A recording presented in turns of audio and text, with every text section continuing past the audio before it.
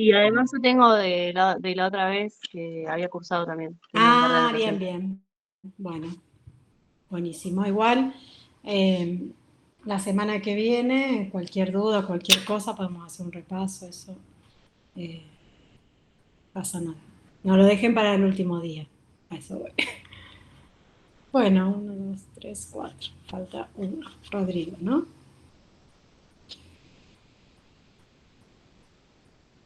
El seminario de hoy es más bien conceptual, ¿sí? Por eso les pedí de hacerlo virtual, porque tenía un turno hace mucho en el médico, así que no lo podía postergar. De todas maneras, si quieren la clase que viene, cuando arrancamos, si tienen alguna duda o lo que sea de este tema, la podemos ver presencial. ¿Saben si Rodrigo se sumaba también o no tienen ni idea?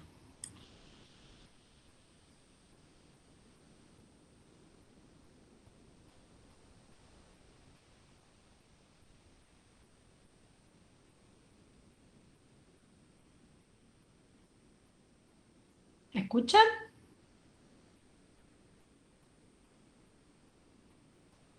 Sí, profe, yo te escucho, pero no sé si se suma o no. Listo. Bueno, vamos arrancando por las dudas y cualquier cosa volvemos para atrás. Yo voy a apagar la pantalla. Ahí está, buenísimo. Ahí está. Hola Rodrigo. Hola, profe, ¿cómo va? Bien, bien. Bueno, ahora vamos a compartir. Como estoy en el hospital, por las dudas, si no tengo buena señal, apago la cámara. Igual me dicen si se ve bien.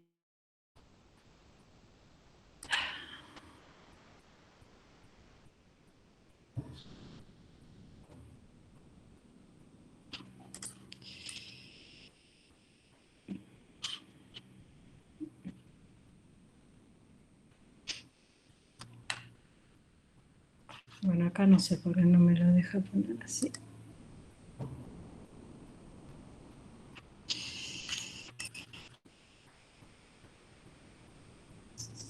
Ahí está.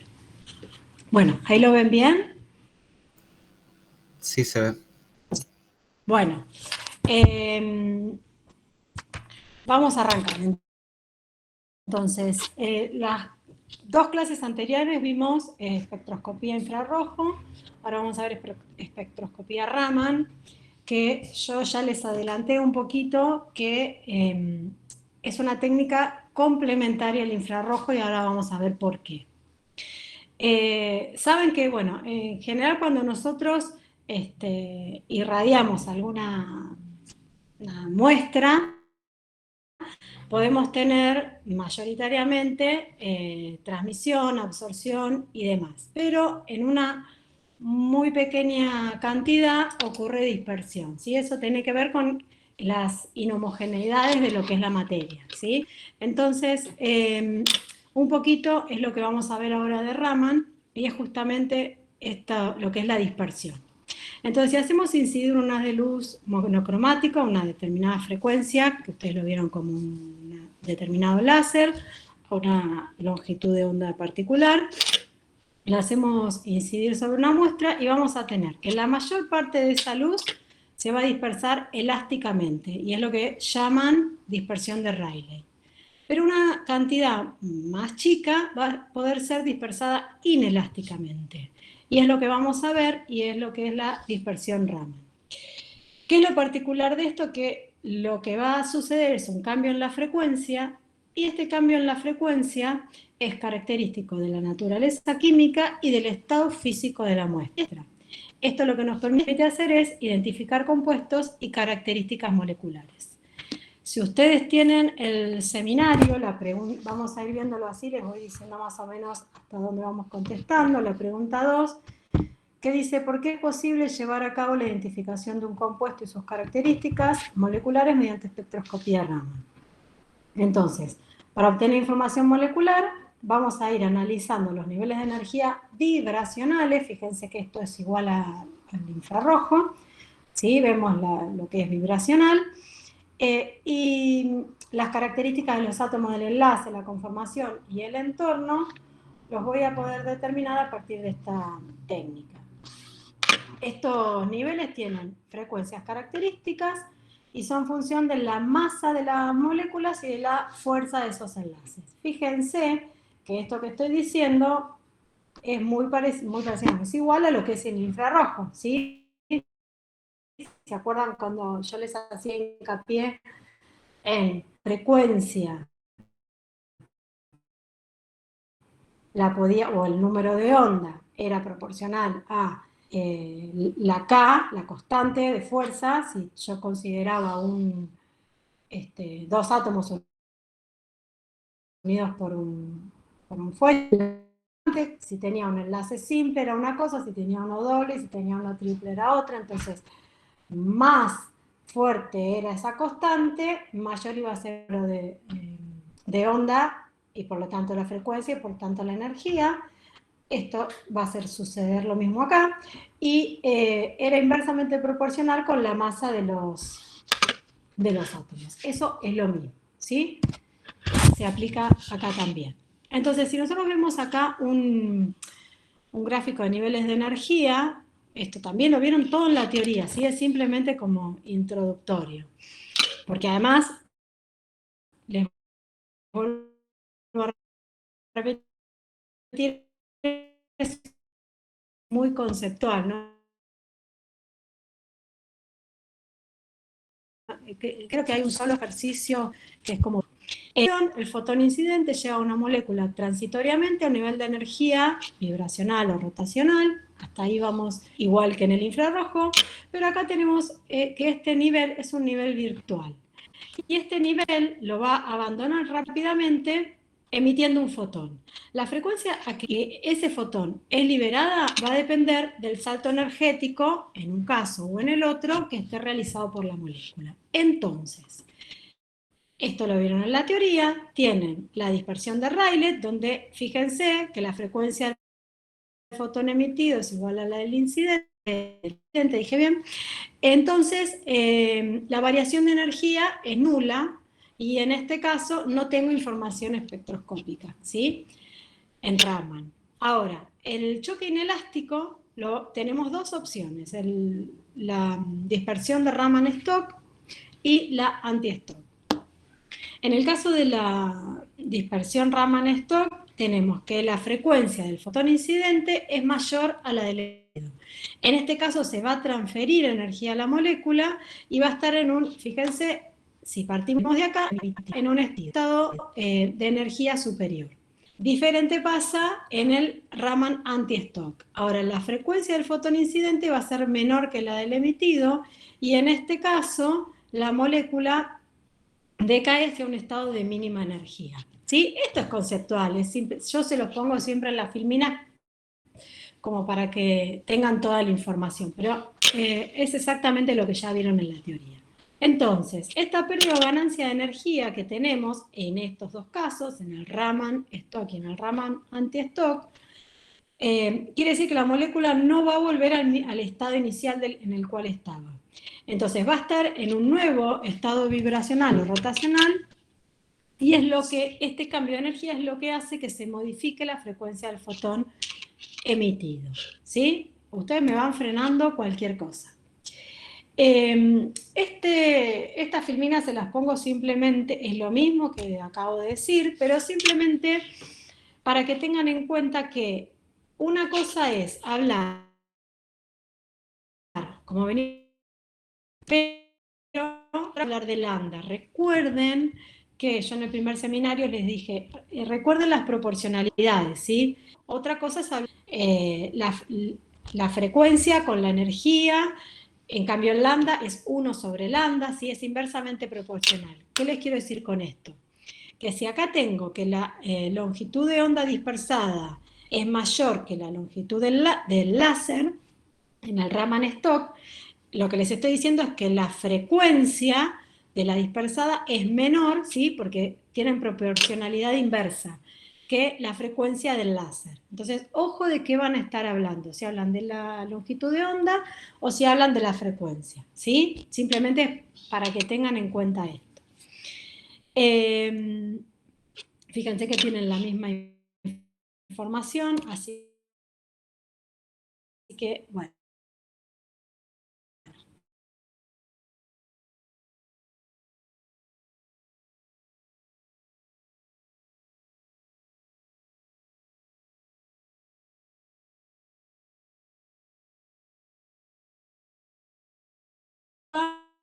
En cualquiera de las dos espectroscopías, nosotros vamos a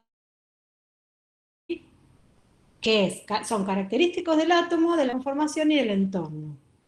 El átomo del enlace, ¿no? Además tienen una frecuencia de resonancia característica y que es función de la masa de las moléculas y la fortaleza de los enlaces, que es exactamente lo que les acabo de decir, ¿sí? Esto de los dos átomos unidos por el enlace. Ahora, en espectroscopía infrarroja lo que nosotros veíamos es que depende de la absorción de la luz infrarroja por los modos de frecuencia vibracionales, ¿sí? En cambio, en Raman hablamos de dispersión, pero además de la inelástica, que es la que nos interesa, que va a tener información espectroscópica, ¿sí? Bueno, y obviamente también acá tenemos el mismo sistema, vibracional o rotacional.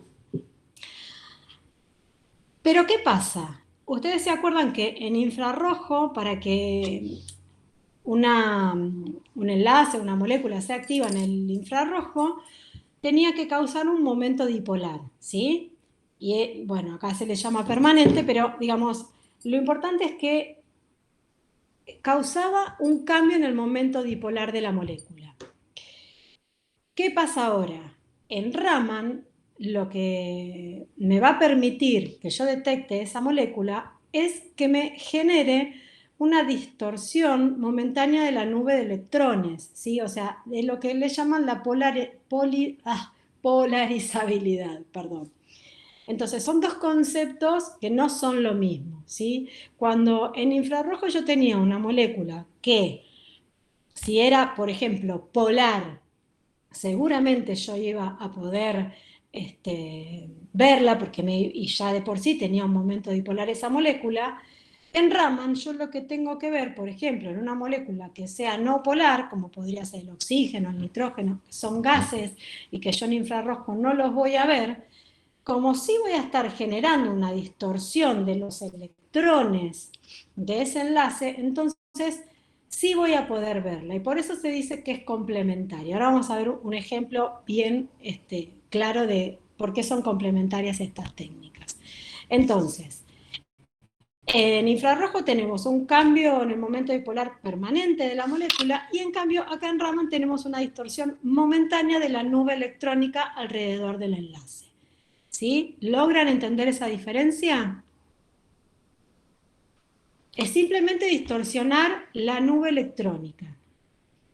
No genero una distribución de carga. ¿Sí? Sí, se entiende, profe. Bien, buenísimo. Me van frenando cualquier cosa.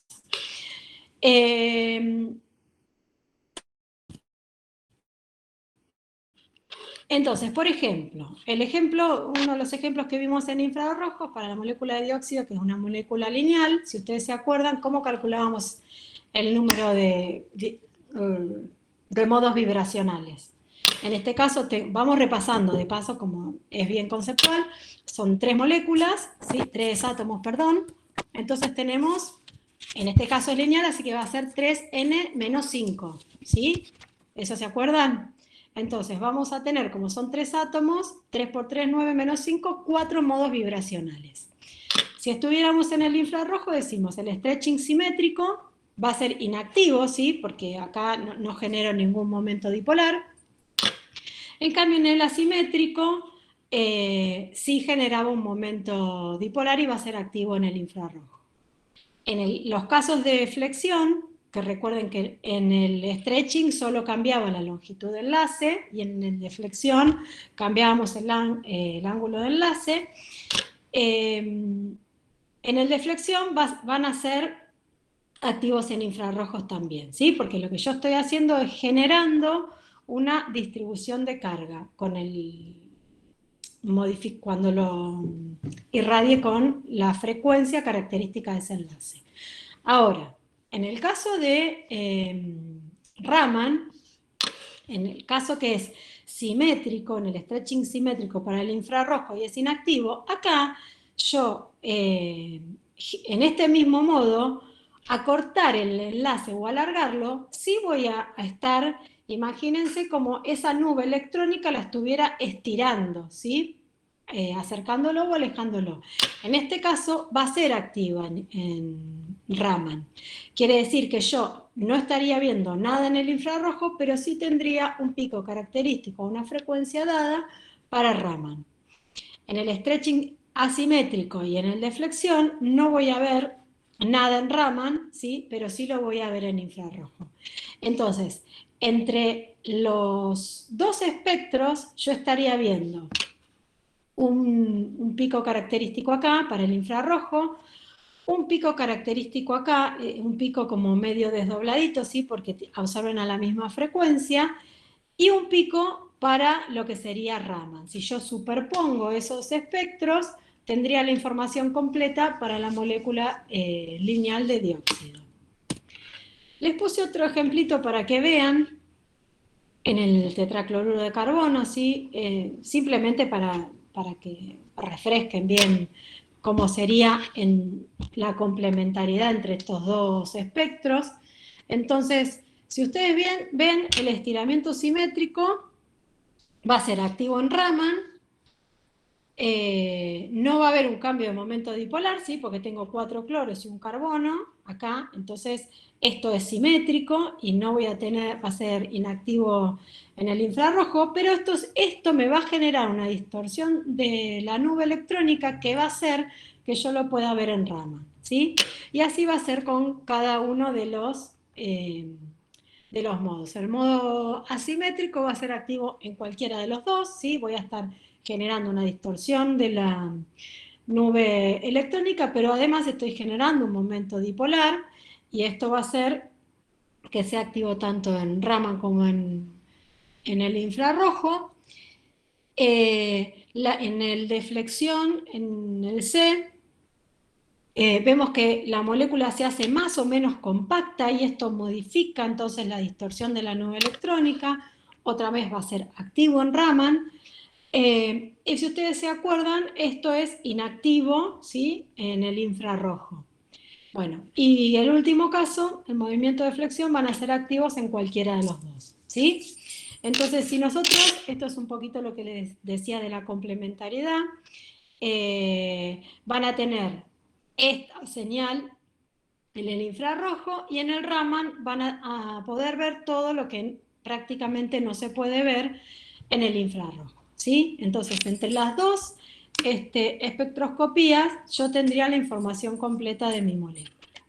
Y es un poco lo que busca esta espectroscopía.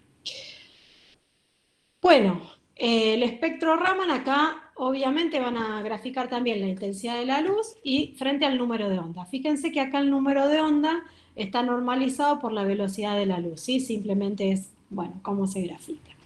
¿Y qué vemos acá? Tenemos una banda central, esto también lo vieron todo en la teoría, que es la de la dispersión de Rayleigh, ¿sí? Es la más intensa, porque obviamente es a la misma frecuencia del fotón incidente, entonces es la más intensa, pero es la que menos información me da.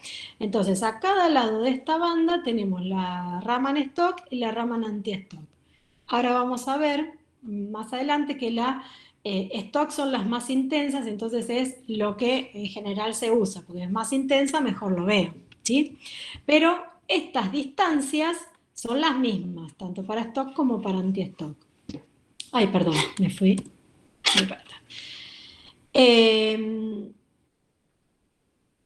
Bueno, y esto es un poco lo que les dije, que en lugar de graficar el número de ondas, se grafica una diferencia, entonces tenemos que todas estas diferencias son similares, ¿sí? Y lo situamos, se le da el valor 0 a la banda central, la más intensa, que es la de Rayleigh. una cosa importante que es una de las preguntas, a ver cuál era.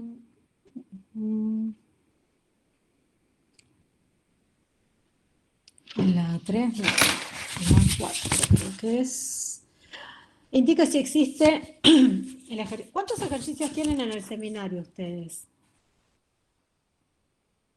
¿7, No lo 8? tengo por números. ¿Cómo? No lo tengo por números.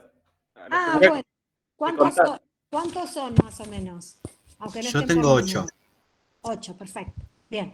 Entonces, el 4 sería que tengo yo, pero bueno, no importa. No importa. Dice, indica si existe relación entre la longitud de onda de la radiación incidente y la posición de las señales en el espectro. Justifique. Entonces, un poco es esto. O sea, la frecuencia de la luz incidente no va a modificar a qué, digamos, a qué valor de nu va a salir cada pico, ¿sí? Pero sí lo que va a importar es la intensidad, ¿sí? No va a ser lo mismo que yo irradie con una luz determinada o con otra. ¿Se entiende eso? O sea, ¿a dónde va a salir la frecuencia? La posición del pico no va a cambiar en función de la frecuencia de la luz incidente. Pero la intensidad de la luz dispersada va a depender de esta frecuencia de la luz incidente, de qué tamaño sea mi partícula, de la densidad del empaquetamiento, de la posición. O sea, todo esto es lo que vamos a explicar después en el ejercicio más adelante del grafito, del diamante y demás, ¿sí? Entonces, la frecuencia con la que yo irradie no importa, siempre voy a obtener cada pico donde tenga que ser, pero la intensidad de esa señal sí va a importar de la frecuencia con la que yo esté haciendo incidir, del tamaño de la partícula que yo esté analizando, de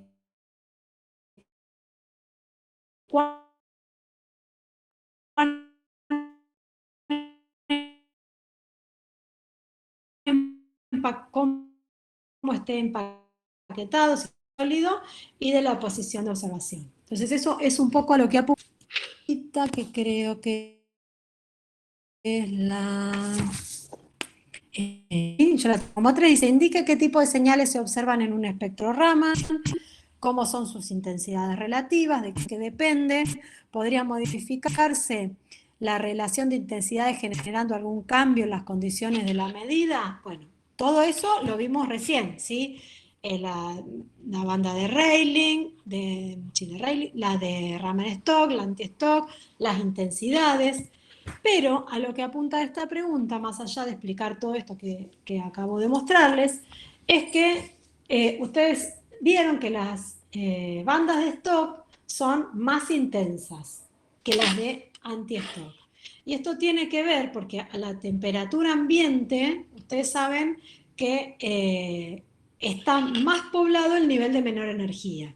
Entonces, si yo quisiera cambiar, acá tienen cómo pasa para la stock o para la anti-stock. Si yo quisiera cambiar, no les puse la formulita, pero después se las pongo cuando les mando el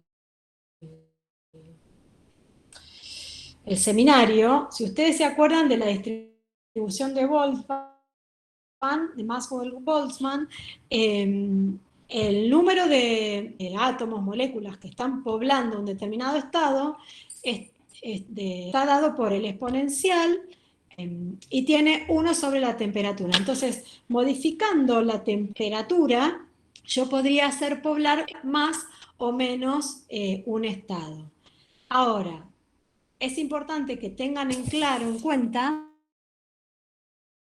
que modificar la temperatura puede ser una ventaja o puede ser una desventaja. Esto lo vamos a dejar planteado así en principio, pero en esta pregunta lo que ustedes tienen que explicar es, primero, lógicamente, cómo se obtiene el espectro, que es lo que acabamos de ver, las distintas ramas, la frecuencia y demás, pero también cuáles son las bandas más intensas, que son las Raman-Stock, y que si yo modificara experimentalmente mi medida, por ejemplo, aumentando la temperatura, yo podría modificar la intensidad de esa banda, ¿sí? Son todas estrategias que se pueden usar en las ejemplos, que también lo vieron en la teoría.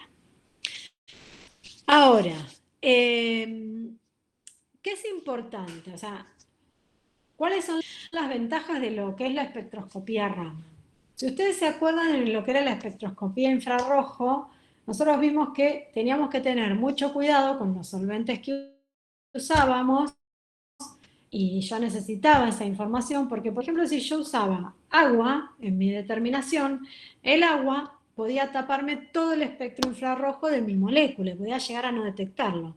Bueno, en este caso, para lo que es la espectroscopía Raman, se puede usar agua perfectamente, ¿sí? Prácticamente no me va a influir, ¿ves? Acá dice, como ventaja, podemos usar soluciones acuosas, produce una dispersión en Raman muy débil.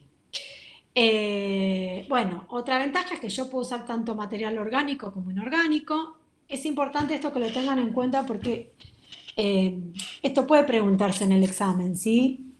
Como es un seminario que no tiene demasiada parte práctica, es importante que ustedes entiendan cuál es la ventaja de Raman. Primero, que es una técnica que es complementaria al infrarrojo, entonces, y eso ya de por sí es una ventaja, que entre dos técnicas yo pueda obtener mayor información de lo que yo quiera analizar.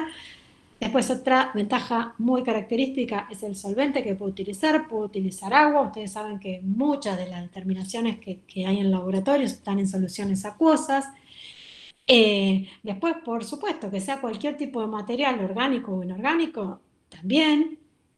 Ahora, que además la muestra pueda estar en cualquier tipo de estado, sólido, líquido, gaseoso, que sea transparente, opaca, digamos, es una técnica que se puede utilizar para muchas matrices, ¿sí?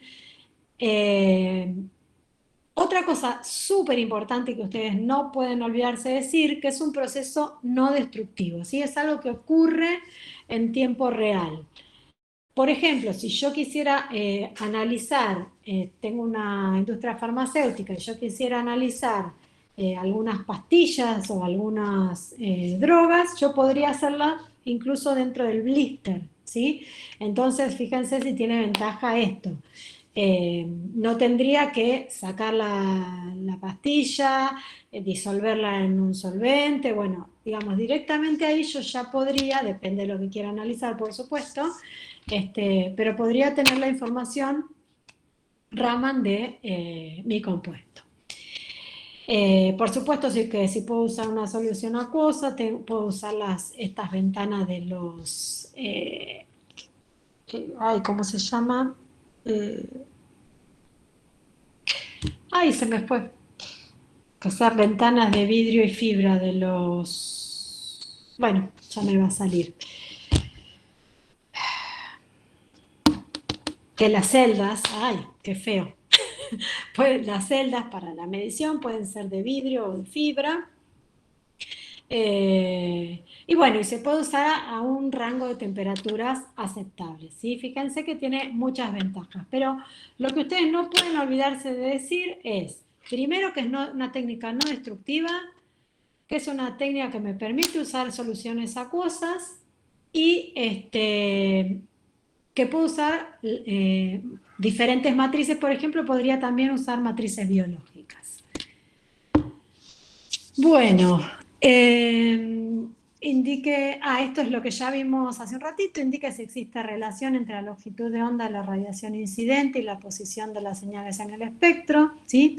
Entonces la frecuencia de la luz incidente no me va a modificar la posición de los picos en el espectro, aunque la intensidad de la luz dispersada sí va a depender tanto de la intensidad como de la frecuencia de la luz que yo esté utilizando, ¿sí? Bueno, y además de las otras cosas que vimos.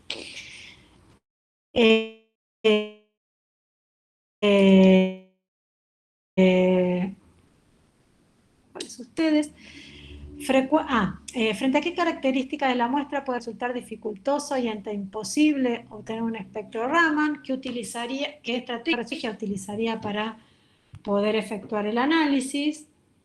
Bueno, ustedes deben haber visto en la teoría que una complicación que yo podía tener es si mi muestra presentaba fluorescencia. Si ustedes miran, acá tienen los niveles de energía. Ven que todos los saltos para fluorescencia ocurren, digamos, todos muy cercanos. Entonces, una de las cosas que yo tengo que ver es si, para poder utilizar Raman, si mi técnica, como yo la quiero utilizar,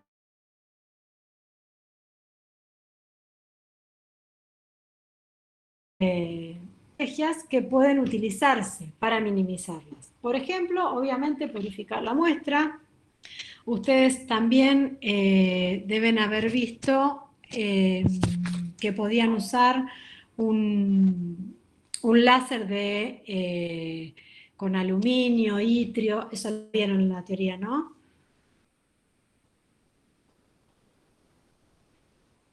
Impurificado con neodominio. Bueno, son algunas estrategias, ¿sí? Después podía exponer por un buen tiempo la muestra al láser.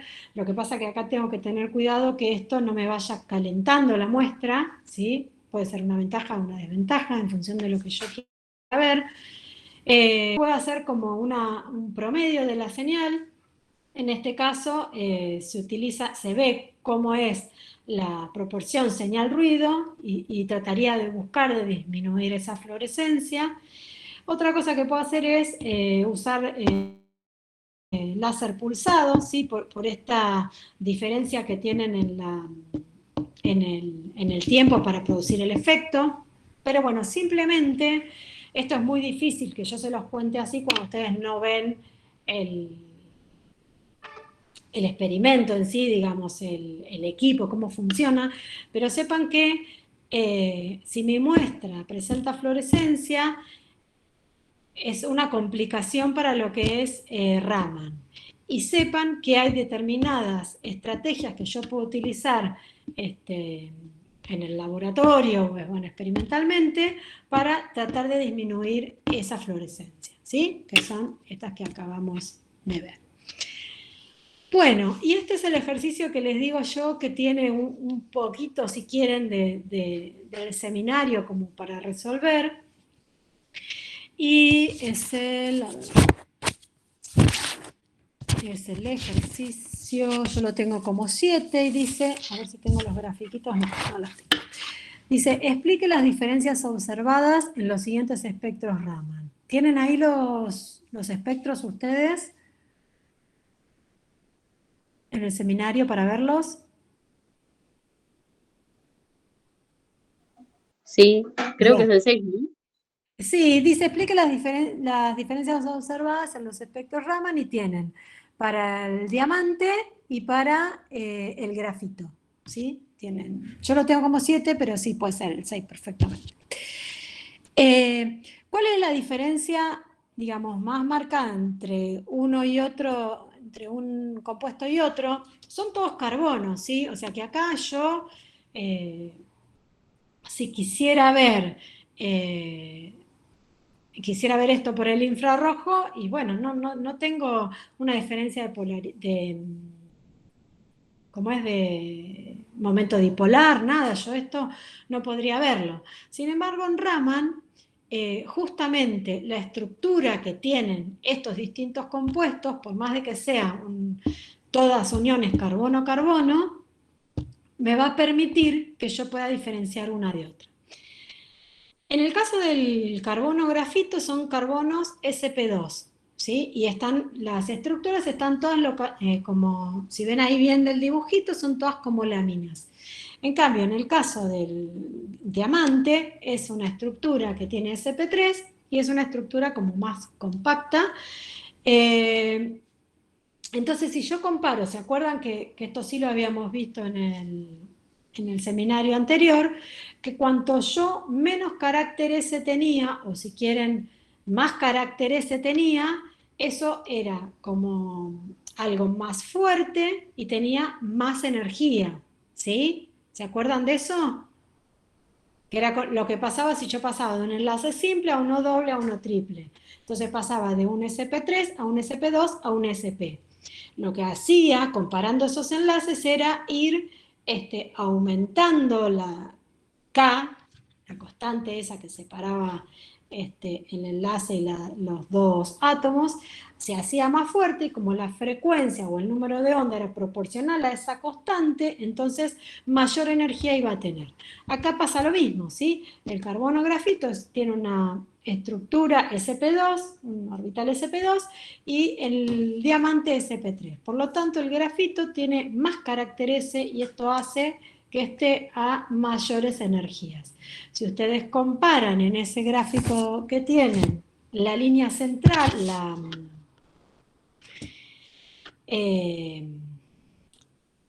la banda central, ¿sí?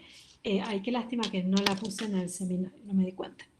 Yo acá veo que es para 1000, si no veo mal, 1500 más o menos en el caso del grafito, y en el caso del diamante está corrida, ¿sí? Y esto tiene que ver por esto que estamos diciendo del mayor carácter S. ¿Está? O sea, lo primero que ahí tienen que ustedes decir es, bueno, ¿cómo? Tengo en un caso un enlace SP3 y en el otro un SP2, entonces primero justifico el corrimiento de esta banda central. Pero por otro lado, si ustedes miran los dos espectros, uno es más limpio, porque en el caso del diamante veo un solo pico, una sola señal, y en el caso del grafito veo varias señales. Entonces, lo otro que ustedes tendrían que explicar es decir, bueno, también como vimos en el seminario anterior, cuanto yo más simétrica tenga mi compuesto, mi molécula, va a ser más limpio mi espectro, ¿sí? Y acá pasa lo mismo. ¿Qué otra cosa podemos decir de esto? Bueno, nada, o sea, ya con esto justificarían los dos espectros. Primero, el corrimiento del pico central, de la banda central, por el mayor carácter S, y segundo, más compacta es mi estructura, más simétrica, entonces va a ser más limpio el espectro, ¿sí? Con menos señales. Después, no sé si ustedes tienen el de los fullerenos. ¿Lo tienen o lo tienen como... ¿Lo tienen el de los fullerenos? Carbono Profe, 70. ¿es el que Sí, dice C60 y C70? exacto, Sí. exacto. Son estructuras de carbonos, ¿sí? Son estructuras cerradas, formadas por mucho número de carbono, tienen mucha simetría, ahora algunas van a tener más que otras. Si ustedes miran esos dos espectros, así a simple vista ven que el primer espectro es mucho más simétrico, la estructura, como la ven, que el segundo. Entonces, ahí estarían explicando que un espectro es mucho más limpio, con mucho menos picos que el otro, ¿sí? Eh, Después, fíjense que acá son tanto lo que acabamos de ver de carbono, diamante, grafito y los fullerenos son todas estructuras de carbono. O sea, si yo esto lo quiero ver por infrarrojo no veo nada. Entonces, bueno, esta técnica sí me permite diferenciarlos. Eh,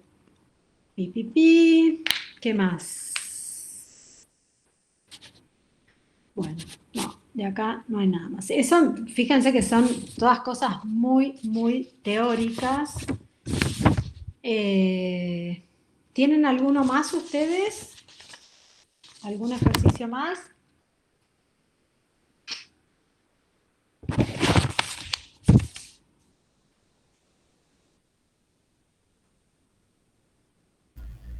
Profe, Sí. hay uno que es el 8 que dice de qué manera se podrían estudiar enantiómeros con Raman. Ah, bueno, no, eso se los dieron en un momento, como para que ustedes puedan buscar un poco. Fíjense que es súper valiosa esta técnica porque los enantiómeros son compuestos muy similares que difieren simplemente en la rotación, entonces la incidencia de ese haz, y ustedes lo que van a poder mediante esta técnica es diferenciar, por ejemplo, de un L de un D. Es algo súper finito que por cualquier otra técnica por ahí no podría determinarse. Entonces, la idea de ese ejercicio era que ustedes busquen un poquito más de lo que eran los enantiómeros, y no sé si lo vieron en la teoría, pero hasta donde yo sé, esto era para que ustedes busquen un poquito más de qué es lo que se podía hacer a partir de esta técnica. Pero apuntaba más que nada a eso. Yo, si quieren, se los puedo poner, bueno, acá, había un paper, de hecho, no sé si eso creo que lo tienen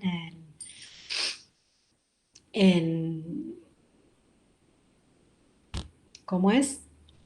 Subido en la página, un paper de enantiómeros y todas esas cosas. Pero era simplemente para que vean cuál era la utilidad de esta técnica.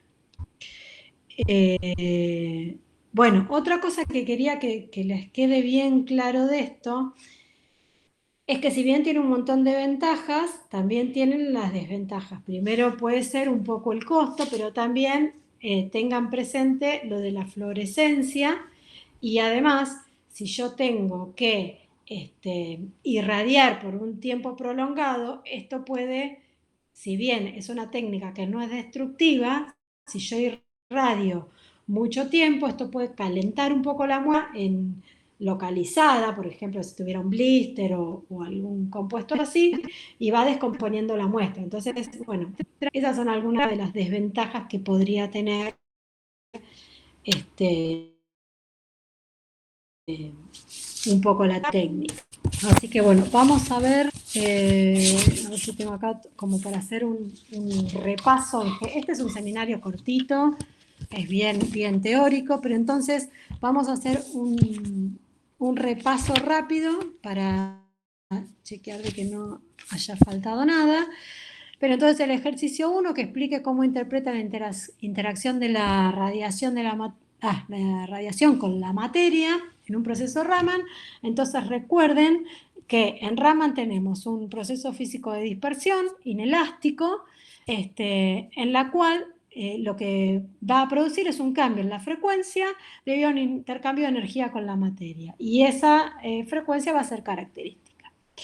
Y en el caso del infrarrojo, estábamos hablando de un proceso donde la muestra absorbe, ¿sí? Es de absorción, y en este caso generábamos un cambio en el momento dipolar de la molécula. Cuando en Raman lo que veíamos era un cambio en la polarizabilidad, o sea, en la distribución, la distorsión de la nube electrónica alrededor del enlace. Eso tendrían que responder, digamos, en lo que es el primer ejercicio, que eso creo que está bastante claro. Ahora el ejercicio 2, que me decía por qué es posible llevar a cabo la identificación de un compuesto por Raman, sus características moleculares mediante esta espectroscopía. Bueno, es un poco lo que explicamos en los niveles de energía, ¿sí? Y que los niveles van a tener frecuencias características de estas resonancias en función de la masa de las moléculas y de la fuerza de los enlaces. El ejercicio 3, lo de las intensidades relativas, de qué dependía, eso ya lo vimos. El ejercicio 4... indique si existe, bueno, esto es muy importante conceptualmente, esto recuérdenlo, ¿sí? Que la frecuencia de la luz con la que yo hago incidir no me va a modificar la posición del pico en el espectro, pero sí, según con qué frecuencia yo irradie, voy a tener más o menos intensidad, ¿sí? Eso sí es súper importante. Después, bueno, por supuesto la desventaja que tiene, que es la fluorescencia.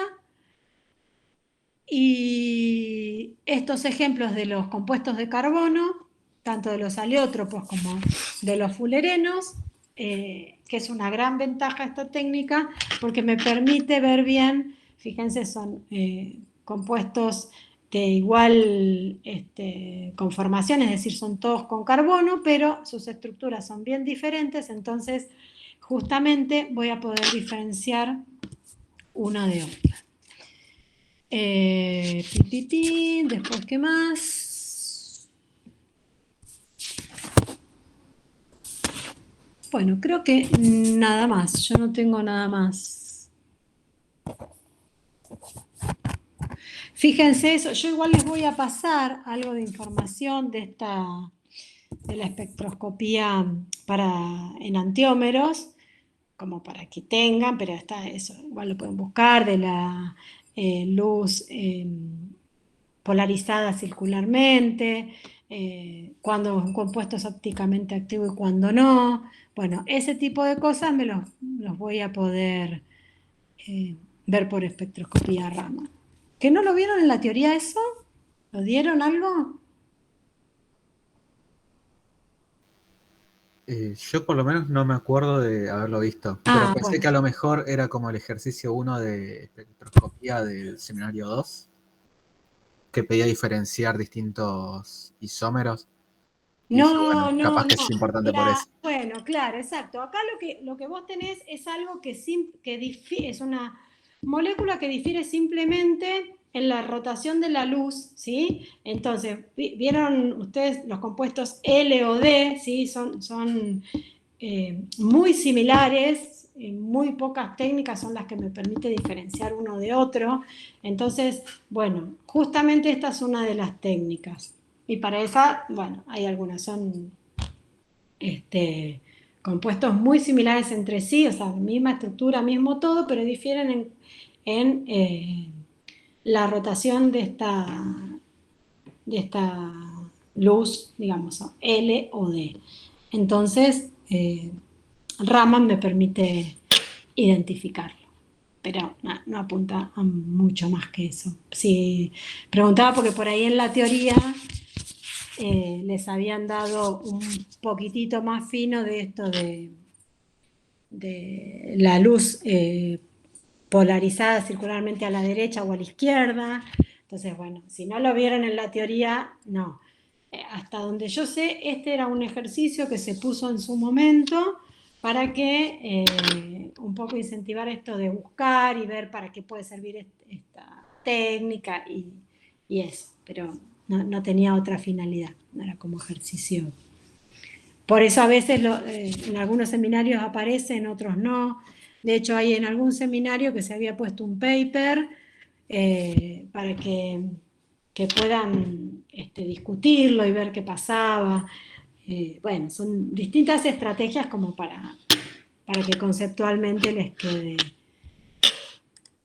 eh, el ejercicio, digamos, el seminario.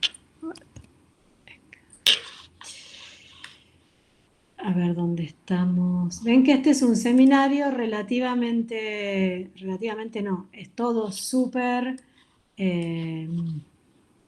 Acá. Es súper teórico, ¿sí? Pero bueno, es muy importante conceptualmente. Ay, ¿por qué no me... Ahí está. Primero que entiendan la diferencia entre lo que sucede en la espectroscopía infrarroja y lo que sucede en la espectroscopía Raman. Son dos técnicas donde yo veo las energías vibracionales, las frecuencias vibracionales, pero son complementarias porque en una veo una cosa y en otra veo otra a nivel de lo que sucede con esa excitación con el láser que yo le doy, ¿sí? En un caso va a ser generar un cambio en el momento dipolar, en otro caso será un cambio en la distribución de la nube electrónica o polarizabilidad.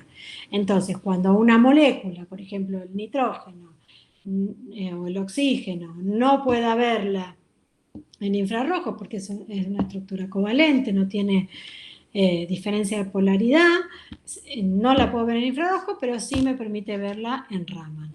O mismo, estructuras que me permiten para determinados modos vibracionales, como en los dos ejemplos que yo les di, el caso del dióxido o el tetracloruro de carbono, que me permite ver determinados modos de vibración por el infrarrojo. Los que no puedo ver en un caso, los voy a poder ver por Raman. Eso es un poco, y las ventajas estas que charlamos de los solventes, bueno, y ese tipo de cosas. Yo les voy a pasar el seminario para que lo tengan. Cualquier duda, cualquier cosa que les surja, lo charlamos la clase que viene o me escriben, eso está siempre abierto por mail. Lo charlamos en el seminario que viene, antes de arrancar, pero es bien teórico. Yo en principio creo que no van a tener mayor problema. Y cualquier cosa me dicen. ¿Sí? ¿Alguien tiene alguna duda?